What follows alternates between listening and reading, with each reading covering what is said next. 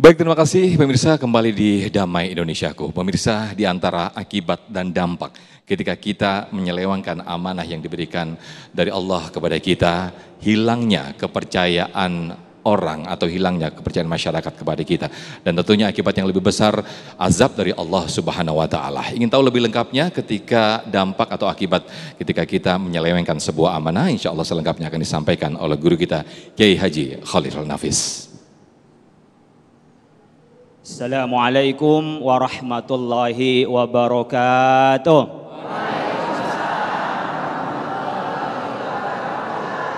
Alhamdulillah, alhamdulillahilladzi tafarrada fi azaliyatihi bidawami baqaih wa tawahhada bisadamatiyatihi lillahi ta'ala wa nawwara li awliyaihi bima'rifatihi ta'ala. Allahumma al-hadi ila babihi wa da'i ila siratihil mustaqim. Wassalatu wassalamu ala rasulillah wa ala alihi wa ashabihi wa mawala. La hawla wa la quwata illa billah. Subhanaka la ilma lana illa ma'allamtana innaka antal alimul hakim. Bapak Ibu sekalian, jamaah Masjid Nur Setiasi di Bekasi. Ibu Bapak, kalau amanah lawannya apa? Khianah. Kalau amanah itu berarti al-wafa. Hifdzuhu wal qiyamu bihi. Memelihara dan melaksanakan itu namanya amanah. Kalau lawannya amanah adalah khianat. Orang yang tak bisa memelihara dan tak dapat melaksanakan dengan sebaik-baiknya, itu adalah orang yang khianat. Baru saja presiden dilantik, mudah-mudahan amanah. Baru saja para menteri dilantik, mudah-mudahan amanah. Kemudian baru saja ditetapkan ya gubernur Jakarta baru ditetapkan, gubernur Jawa Barat ditetapkan, Jawa Tengah ditetapkan, Jawa Timur, terus seluruh Indonesia sudah ditetapkan. Mudah-mudahan mereka menjadi pemimpin yang amanah. Bapak Ibu sekalian, baru-baru ini kita mendengar kayaknya kurang amanah rasanya. Masa korupsi 300 triliun cuma 6 tahunan. Nanti yang nyurinya ayam gak usah dihukum. Tadi ada yang cerita ke saya, kalau saya Pak dihukum 6 tahun dapat 300 triliun, saya nyolong tiap hari Pak. Kenapa? Pas pulang ke rumah masih kaya. Saya khawatir di sini ada yang mau, tapi mau korupsi di mana? Nggak punya jabatan kok mau korupsi. Yang bisa korupsi itu kalau punya kewenangan. Yang nggak punya kewenangan nggak bisa korupsi. Tapi ingat ibu bapak sekalian, ketika khianat itu tak akan pernah masuk surga. Ini kata Rasulullah SAW, ma min abdin yastar'ihillahu ra'iyatan yamutu wa huwa yamutu yauma yamutu wa huwa ghashun li ra'iyatihi illa haramallahu alaihil jannah. Kalau ada orang diberi kewenangan untuk lebih banyak kepada rakyat, kemudian mati sementara dia dalam keadaan curang, berkhianat, maka tak akan pernah mencium bau sorga. Enggak pernah masuk sorga. Ibu bapak hidup di dunia berapa lama? Enggak tahu. A'maru ummati baina sittin wa sab'in. Umur umat Nabi Muhammad antara 60 sampai 70 tahun. Yang sekarang umur 60, tahun depan insya ya. Ketawa alhamdulillah, ini orang-orang yang diingatkan mati kemudian ketawa, dia merasakan sudah melihat pintu surga. Karena orang yang melihat mau mati masuk neraka bingung dia, waduh menyedihkan. Tapi ini jamaah Masjid Nur Asyati ternyata Setiasi, malah dia ngomongin mati ketawa semua. Kayak udah mau nazak dicabut nyawanya. Jadi ingat Bapak sekalian, bahaya orang yang berkhianat. Dalam Al-Quran Allah menggambarkan tentang perempuan yang berkhianat. Kok perempuan aja Pak, kok nggak laki-laki gitu ya. Laki-laki juga ada Bu, Fir'aun itu juga khianat ya. Cuma saya ingin bercerita tentang khianat di dalam agama dan terjadi di dalam keluarga. Karena seringkali kita mengatakan, ngapain sih Ustadz Khalil ceramah kemana-mana, anaknya nggak diatur, istrinya nggak diatur. Bisa jadi ibu kiai istrinya nggak bisa diatur, nabi istrinya nggak diatur. Sebutkan daraballahu masalan lilladzina kafaru imra'ata Nuh wa imra'ata Lut kanata tahta abdaini min ibadina salihaini fa khanatahuma falam yaghniya anhuma minallahi syai'an wa qilat khulan nar ma'ad dakhil. Digambarkan tentang dua sosok istri Nabi Nuh dan Nabi Lut. Nabi Nuh dakwahnya 950 tahun. Berapa? Siapa yang ingin hidup 950 tahun? Itu sudah nggak bisa turun dari ranjang, nggak bisa turun dari tempat tidur. Jangankan sampai 990 tahun aja itu sudah nggak bisa. Dakwahnya Nabi Nuh itu sekian lama, itu bukan hanya orang yang tidak menerima, bukan banyak orang, tetapi fakhanatahuma. Dia dikhianati oleh istrinya, namanya Waliyah. Kalau istrinya Nabi Lut namanya Walihah. Mirip-mirip. Kalau Nabi Nuh itu surat Tahrim nomor 10 ini, Nabi Nuh dijelaskan tentang apa? Nabi Nuh itu oleh istrinya dibilangin gila. Disiarin kemana-mana bahwa suaminya ini gila. Masa bikin perahu di padang pasir? Padahal itu diperintah oleh Allah Subhanahu wa ta'ala. Sedangkan Nabi Lut istrinya Walihah apa? Orang sudah ngompet-ngompet datangnya malaikat biar karena kaum Sodom saat itu yang LGBT. Laki-laki ganteng beristri LGBT itu yang suka sejenis dan kepada selain jenis. Nah, fakhanatahuma, ia berkhianat. Malah dia tidak ingkar, bahkan Kan'an dari 4 anaknya Nabi Nuh itu diajak oleh ibunya Waliyah ini untuk tidak beriman kepada Nabi Nuh. Akhirnya apa? Tersapu oleh banjir. Dia berkhianat. Apa yang terjadi?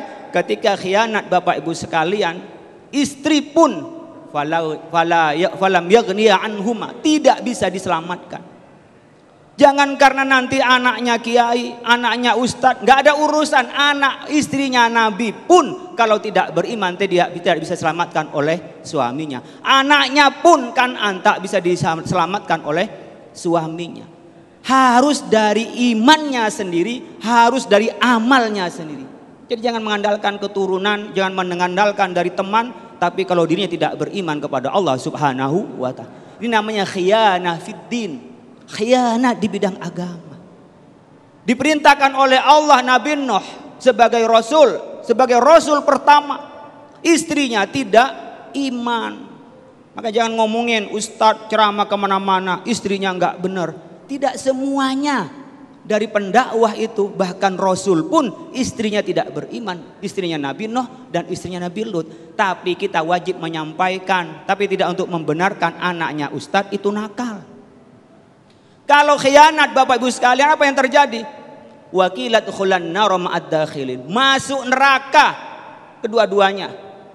Kata Al-Quran. Kenapa? Karena dia berkhianat kepada agama Allah, tidak beriman kepada Allah Subhanahu wa ta'ala. Jadi ibu bapak kehidupan ini adalah amanah. Ibu punya mata itu aman. Dipakai lihat apa? Berapa lebih banyak dalam sehari semalam antara melihat mushaf dengan melihat WhatsApp? Berapa lebih banyak mata dipakai ini, kaki ini berapa lebih banyak dipakai jalan untuk ibadah kepada Allah dan dipakai untuk mungkar kepada Allah? Coba tadi Ustaz Ahmad Khan mengatakan berapa lebih banyak waktu digunakan sia-sia, lehe-lehe, dan dipakai untuk zikir kepada Allah. Di sini Bapak Ibu sekalian, kita diminta untuk bertanggung jawab, jangan sampai melakukan khianat. Yang pertama yang terjadi dari orang yang khianat adalah al-halak, pasti kehancuran. Ibu bapak, hancur yang pertama terjadi pada pribadi masing-masing. Orang yang berkhianat selamanya tidak akan pernah tenang. Tashwihul fitrah an-naqiyah, akan mengusik terhadap fitrah yang suci. Selalu was-was. Orang-orang yang khianat itu coba, Ibu bapak kalau datang sama orang soleh, nggak ada orang soleh itu tolah toleh. Tenang bawaannya. Karena dari hati yang tenang. Tapi coba ada rampok dan ada copet. Ada nggak matanya copet dan rampok itu yang tenang? Ketakutan Bapak Ibu sekalian. Nggak akan pernah tenang. Di masjid pun dia merasa hatinya pasti gelisah. Di tempat rekreasi pun gelisah. Yang pertama, dirinya tak akan pernah mengalami kebahagiaan karena bahagia itu hadir pada saat kita damai. Itu udah al-halak. Yang kedua Bapak Ibu sekalian, apa yang menjadikan kita ini tidak dapat barokah? Secara masyarakat pun tidak ada kepercayaan kepada kita. Ada musiqqa bil mujtama. Tidak ada masyarakat yang percaya. Kalau kita sudah tidak dipercaya Bapak Ibu sekalian, hidup akan lebih sempit daripada lubang biawak. Ke sana orang mencibir nggak percaya. Ke situ orang tidak percaya. Jangankan dia itu mau memimpin, mau duduk bersebelahan saja kita sudah nggak percaya. Apa? Nanti dicopet. Ya, dipasrahin tentang amanah. Ini tolong pegangin duit, jangan kalau dia hilang nanti. Udah nggak ada amanah. Ada dia pun kita gelisah. Bagaimana rasanya Bapak Ibu sekalian kalau kita di tengah-tengah masyarakat tidak ada masyarakat yang percaya kepada kita. Kalau kita khianah. Sebaliknya kalau orang amanah Bapak Ibu sekalian kemana-mana tenang. Saya nggak ada yang kenal ya dengan Masjid Nur Setiasi. Tapi ketika kita ketemu, alhamdulillah dia percaya ke saya. Sudah ngerti kalau saya ustadz. Tahu kalau siang itu lapar, langsung disiapin makan. Ini belum makan ya? Saya sudah alhamdulillah. Karena saya dipercaya mungkin seperti itu. Nanti kita lanjutkan di episode berikutnya.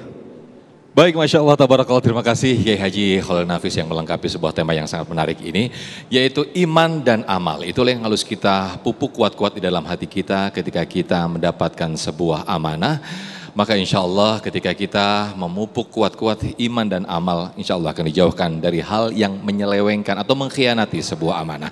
Nah pemirsa, kita akan bahas lebih dalam lagi di sesi tanya jawab. Tapi sebelumnya guru kita Ustadz Ahmad Khan sudah bersiap-siap untuk berbagi berkah bersama Luwak White Coffee.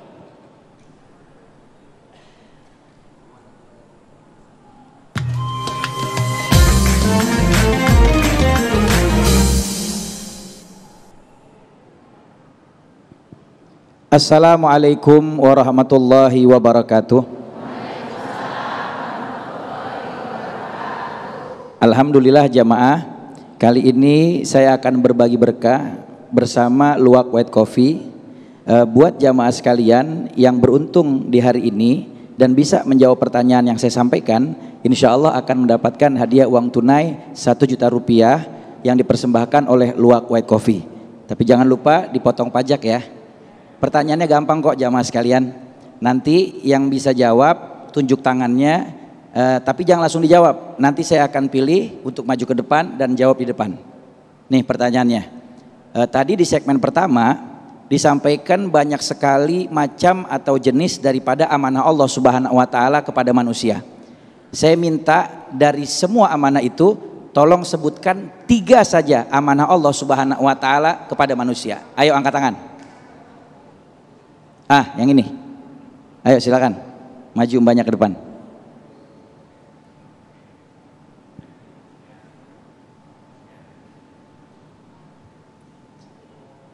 Bisa jawab nih ya? Bisa. Insya Allah. Namanya siapa Mbak? Namanya Salwa. Namanya Salwa. Iya. Saya ulangin lagi ya. Iya. Pertanyaannya, dari semua amanah Allah Subhanahu wa taala yang diamanahkan kepada manusia, Oke. coba tolong sebutkan 3 saja. Oke, 3 amanah yang pertama itu adalah ibadah wajib, keluarga, harta dan kekayaan, dan jabatan. Masya Allah, jawabannya benar, bahkan lebih dari 3 nih, dikasih 4 sampai 5 jawaban. Alhamdulillah, selamat buat Mbak Salwa, berhak mendapatkan hadiah uang tunai 1 juta rupiah, persembahan dari Luwak White Coffee, dan jangan lupa dipotong pajak. Ya, silakan. Selamat buat Mbak Salwa ya.